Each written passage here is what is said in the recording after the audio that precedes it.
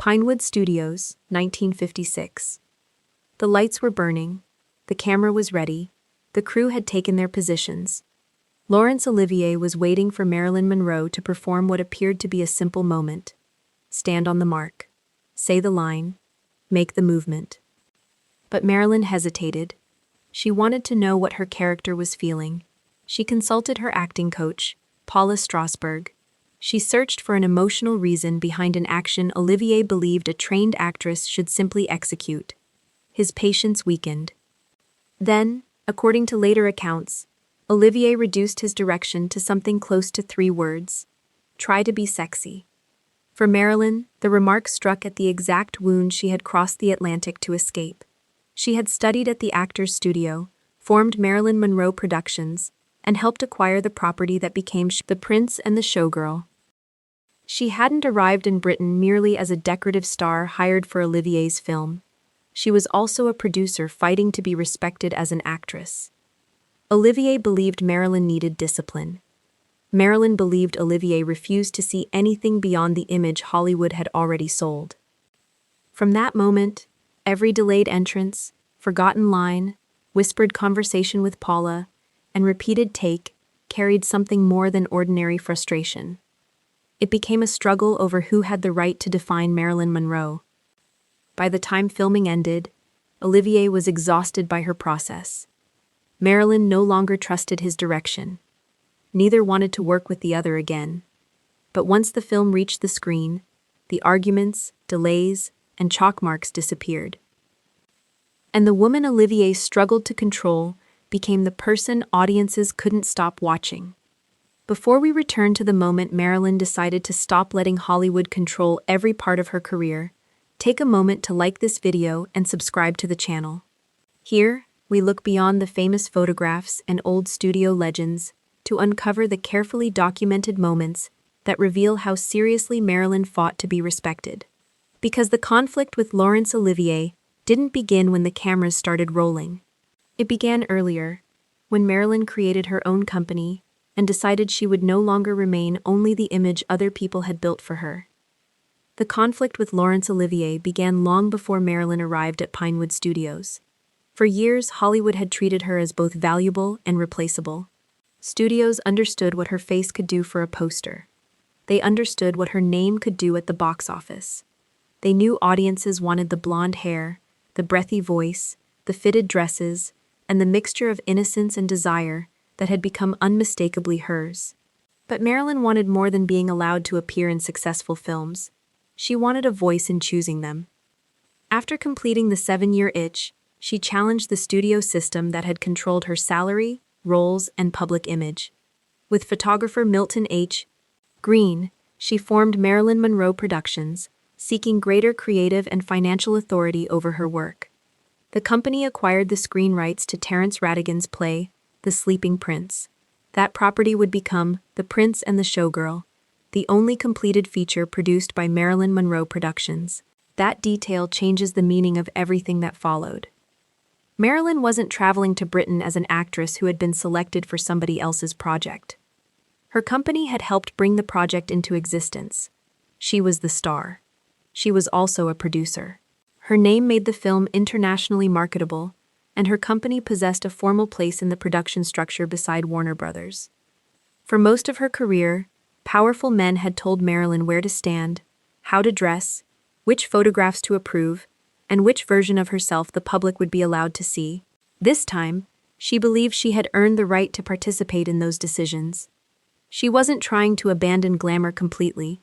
She understood that Marilyn Monroe's screen image had helped make the project possible. But she wanted that image to belong to her. And she wanted to prove that beneath it was an actress capable of working beside one of the most respected performers alive. The man she chose was Laurence Olivier. Marilyn believed his presence might give the production artistic importance. What she hadn't fully considered was how difficult it might be for a man accustomed to controlling every part of a performance to work with a woman who had crossed the Atlantic determined not to be controlled again. Laurence Olivier represented a kind of authority Marilyn had spent years trying to earn. He was associated with Shakespeare, classical theater, disciplined speech, physical control, and the belief that great acting could be built through technique. He had already played the prince in the London stage production of The Sleeping Prince, opposite his wife, Vivien Leigh. For the film adaptation, Olivier would repeat the role while also serving as director and producer. The partnership looked perfect on paper. Marilyn brought international popularity, modern screen glamour, and a mysterious connection with audiences. Olivier brought prestige, experience, and the reputation of a man who understood acting at its highest level. Each hoped the other might provide something missing. Marilyn wanted to be taken seriously. Olivier wanted to show that he could succeed in lighter romantic material and soften a screen presence often associated with formal or classical roles. MoMA describes the production as a meeting between Monroe's method training and Olivier's classical technique, with both stars seeking something different from the collaboration. At first, there was genuine attraction in the idea of working together. Marilyn admired Olivier's achievements. Olivier understood the extraordinary attention Marilyn could bring to the film, but admiration from a distance is easier than collaboration under pressure. Olivier knew how to shape a performance from the outside. Marilyn increasingly searched for one from within. He believed preparation should allow an actor to repeat a result. She believed a scene had to feel emotionally alive each time it happened. He expected her fame to arrive with professional confidence. Marilyn arrived carrying fame and insecurity in almost equal measure. They admired what the other represented. They understood very little about how the other actually worked. Marilyn arrived in Britain during the summer of 1956, newly married to playwright Arthur Miller, and surrounded by enormous press attention. To the public, the production looked like a royal meeting of cinema and theater. Britain's greatest actor would direct Hollywood's most famous woman. Photographers followed Marilyn's arrival. Reporters watched the newly married couple. The film already felt important before a single completed scene existed. Olivier expected an experienced movie star who could arrive prepared, hit her mark, deliver the line, and repeat the performance when the camera moved. Marilyn expected a respected actor-director who would recognize how seriously she now approached her profession. Both expectations contained a misunderstanding. Olivier saw technique as freedom. If an actor knew the lines, mastered the movement, and controlled the voice, the performance could survive anything. Marilyn's confidence didn't work that way. She could understand a scene intellectually and still feel unable to perform it until something emotional became real to her. She had studied with Lee Strasberg and become increasingly attached to an approach that encouraged actors to search beneath the surface of behavior. Paula Strasberg, Lee's wife, accompanied Marilyn to the production as her acting coach. Olivier disliked Paula's influence and resented Marilyn turning toward her instead of accepting his direction directly. The difference could be seen in something as small as a chalk mark on the studio floor. To Olivier, the mark solved a practical problem. The light had been prepared for that position. The camera focus depended on it. Marilyn needed to arrive there at the correct moment. But Marilyn might look at the mark and ask what caused Elsie to cross the room. What had she just heard? What did she want? Was she nervous, amused, suspicious, or pretending not to care? Olivier stood beside the mark waiting for the movement. Marilyn stood inside the character searching for the reason. Before long, that small distance between them began to feel impossible to cross. Olivier could build a character through visible choices. He could alter his posture, change the rhythm of his speech, control the placement of his hands, adjust the weight of a movement, repeat the same gesture while preserving its effect. His approach had been shaped by theater, where an actor had to reach the back of a large room and reproduce a performance night after night. Marilyn had been shaped by the camera. The camera could detect a thought before it became a gesture. It could move close enough to catch uncertainty in the eyes, or a tiny change around the mouth. Marilyn's best moments often appeared less constructed because she worked toward the feeling first and allowed the behavior to follow. That didn't make her process efficient. Sometimes it made it painfully slow. Olivier could say, "Walk to the chair." Marilyn wanted to know why Elsie chose that chair. He could say, "Look at me before the line." She wanted to understand what thought made Elsie look at him. To Olivier, those questions delayed a simple piece of blocking. To Marilyn, The answers were the difference between acting and pretending. Their disagreement wasn't merely British technique against American method acting. It was also a conflict over trust. Olivier wanted Marilyn to trust that his direction would create the correct result.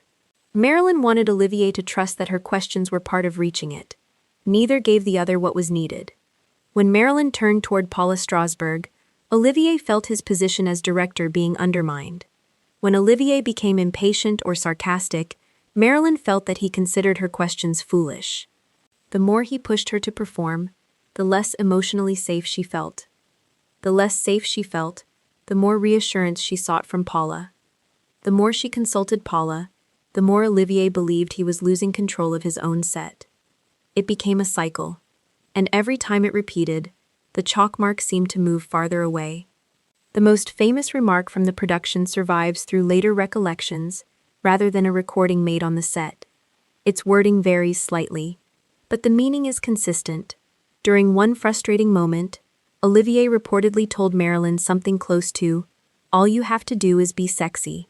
BFI describes the comment as the point at which their already difficult working relationship broke down.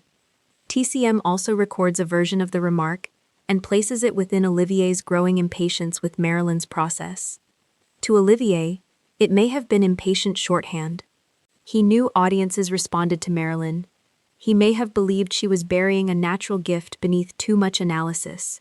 Stop searching, stop asking, use what you already possess. But Marilyn didn't hear practical direction. She heard the same command she had been fighting for years. Be the blonde. Be desirable. Give the men watching what they expect. Don't complicate it by asking to be treated as an artist. She had formed a company. She had challenged a studio. She had studied at the actor's studio. She had sought stronger material. She had placed her own professional credibility behind the film. And one of the greatest actors in the world appeared to believe that her most useful contribution was something she could produce by simply looking attractive. After that, Olivier wasn't only directing an anxious actress.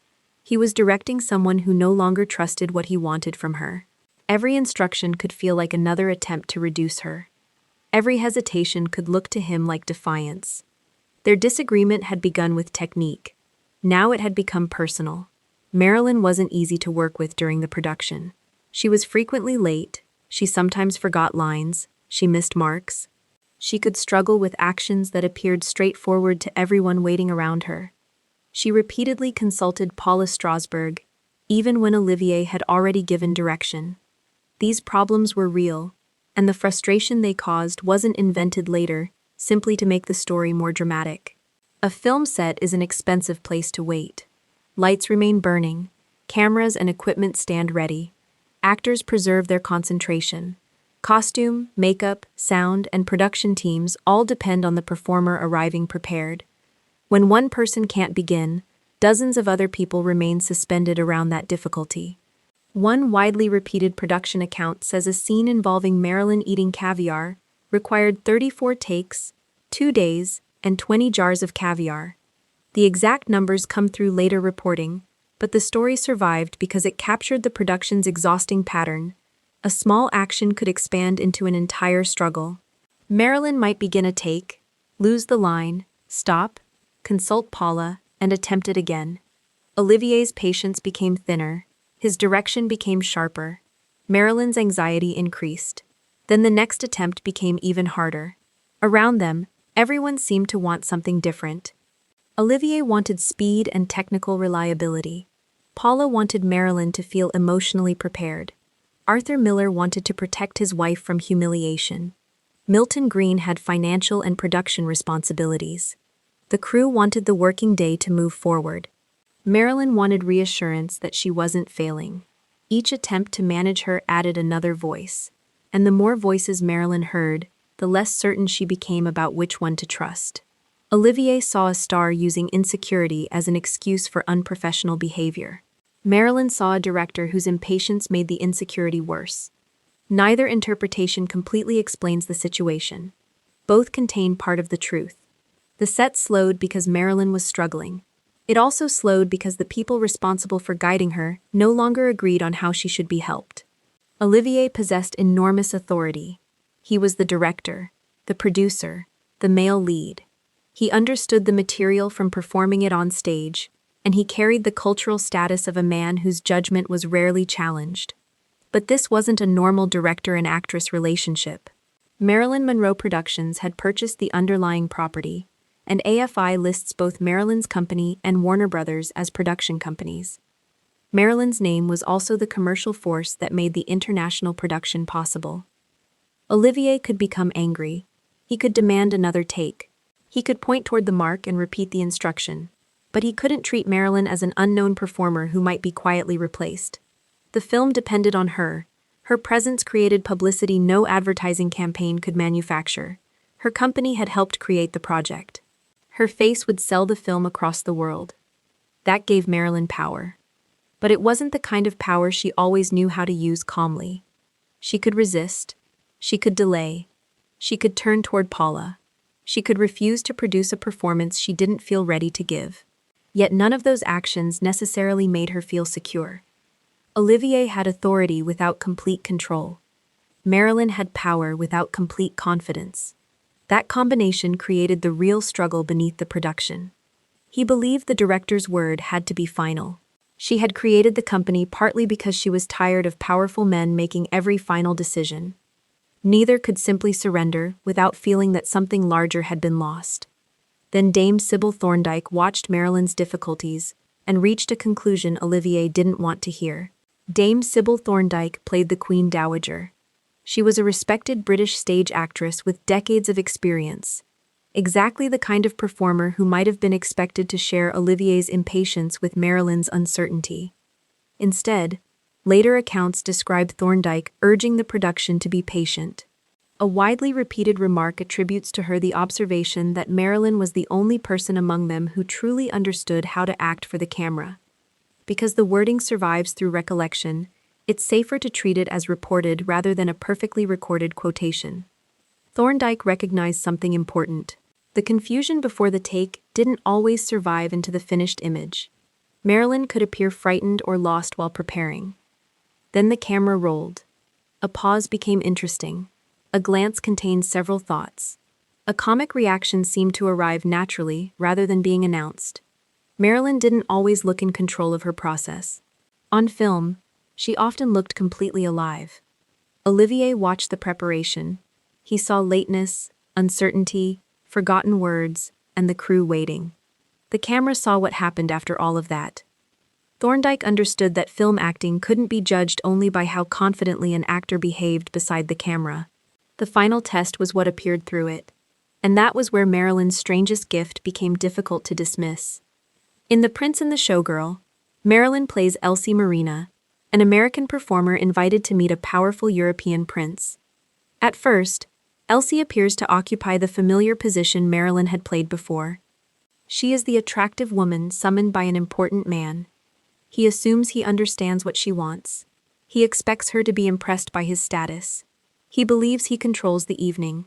But Elsie is watching him. She notices his vanity. She understands his awkwardness. She sees the loneliness beneath his authority. She becomes amused, irritated, intoxicated, affectionate, and increasingly aware that she possesses more emotional intelligence than the man attempting to use her. Marilyn allows those changes to move across her face without forcing the audience to notice them. The comedy often exists inside her listening. Olivier delivers a line. Marilyn pauses. Something shifts in her expression. The audience understands that Elsie has seen through him before she explains anything aloud. Modern BFI assessments argue that Marilyn outshines Olivier, whose formal approach can appear rigid beside her ease before the camera. MoMA also describes the film as the unusual result of opposing acting styles and competing egos. The chalk mark disappears. The audience doesn't see the crew waiting. They don't see Paula Strasberg standing nearby. They don't see how many takes were required. They don't see Olivier losing patience. They see Elsie thinking. That's the uncomfortable truth at the center of the production. Marilyn's process could be disruptive, expensive, and exhausting. But it produced moments Olivier couldn't simply manufacture for her. He could tell her where to stand. He couldn't create the private thought that appeared in her eyes once she arrived there. Recognizing Marilyn's talent, doesn't require pretending that everyone around her was wrong to feel frustrated. Her lateness affected people. Her uncertainty cost time. Her dependence on Paula complicated Olivier's ability to communicate with his own leading actress. Her difficulty remembering lines placed pressure on actors who arrived prepared and then had to preserve their energy through repeated attempts. The film carried substantial financial expectations.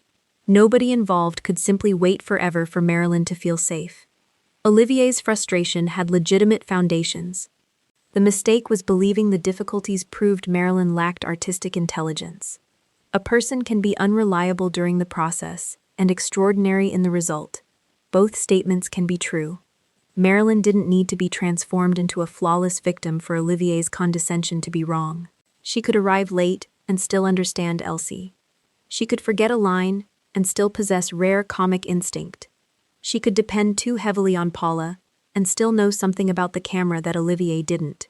The production became legendary because later storytelling often forced everyone into simple roles. Olivier became the cruel director. Marilyn became either the innocent genius or the impossible star. The reality was more uncomfortable. Olivier was an experienced professional dealing with serious disruption. Marilyn was a gifted actress whose fear could make professional work far harder than it needed to be. He was right that the film required discipline. She was right that technique alone didn't explain what she brought to it. Their failure wasn't that one person possessed all the truth. It was that neither could recognize how much of it the other carried. The story being filmed began to resemble the production surrounding it. Olivier's character is an authoritarian prince who believes he can summon Elsie, impress her, and control the terms of their relationship. He assumes beauty is simple. He believes power makes him difficult to refuse. Elsie appears to enter his world as decoration. Then she begins changing the balance. She observes him, challenges him, laughs at the wrong moments, refuses to behave with the obedience he expects. Gradually, the controlling man discovers that the woman he underestimated understands far more than he does.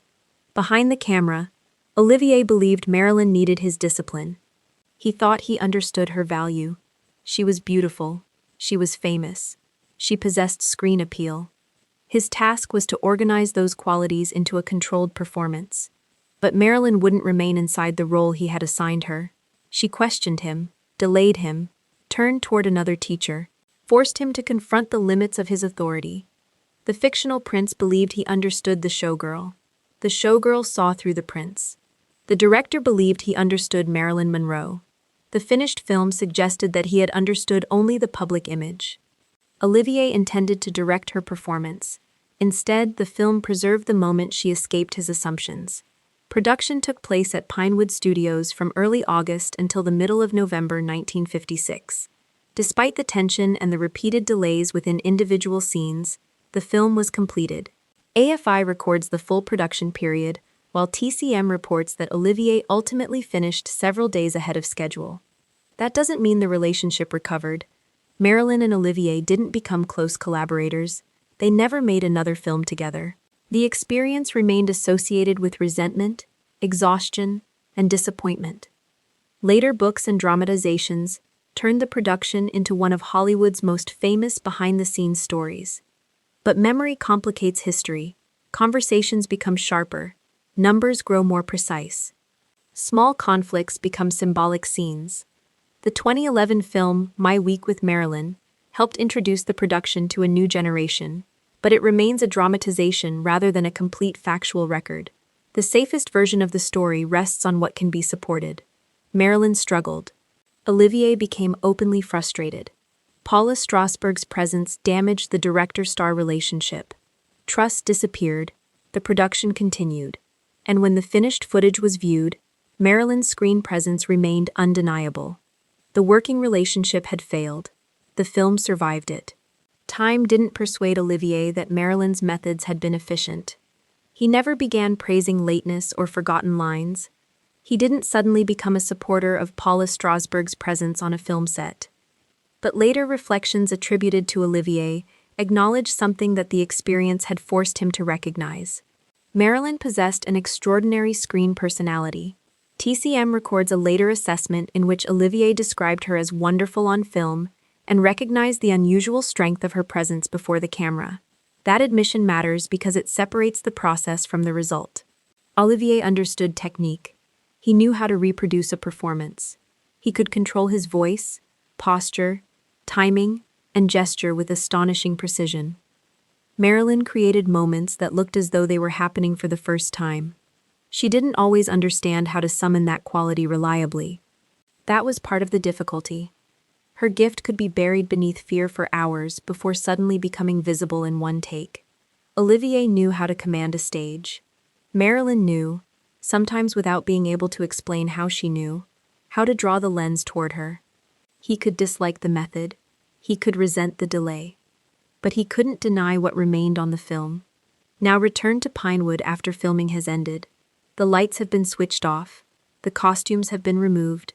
The camera has been rolled away. Olivier's chair has been folded. The crew has gone home. A faint chalk mark remains on the studio floor. For months, that mark represented everything Olivier wanted Marilyn to do. Stand here, look toward the light, say the words, make the movement, repeat it accurately. To him, the mark represented discipline. To Marilyn, it sometimes represented a command she couldn't follow until she understood what brought the character there. The argument consumed time. It damaged trust. It made the production far harder than either of them expected. But audiences never saw the mark. They didn't know whether Marilyn reached it on the first take or the 34th. They didn't see the anxiety before the camera rolled. They saw the small smile, the delayed reaction, the sudden flash of amusement, the thought moving across her face. Olivier believed control produced great acting. Marilyn's performance came from a far less stable place. Instinct, preparation, fear, uncertainty, and a connection with the camera that even she couldn't always command. The production became difficult partly because Marilyn couldn't completely control that gift. It became memorable because Laurence Olivier couldn't control it either. If this story helped you see Marilyn Monroe as more than the difficult star described in old Hollywood legends, take a moment to like the video and subscribe to the channel. Here, we look beyond the famous photographs to uncover the carefully documented moments that reveal the woman behind the image. And in the comments, tell us which mattered more to the finished film, Olivier's discipline or Marilyn's instinct. Because Laurence Olivier began the production believing Marilyn needed to learn how to act. But when the cameras stopped, she was the one audiences couldn't look away from.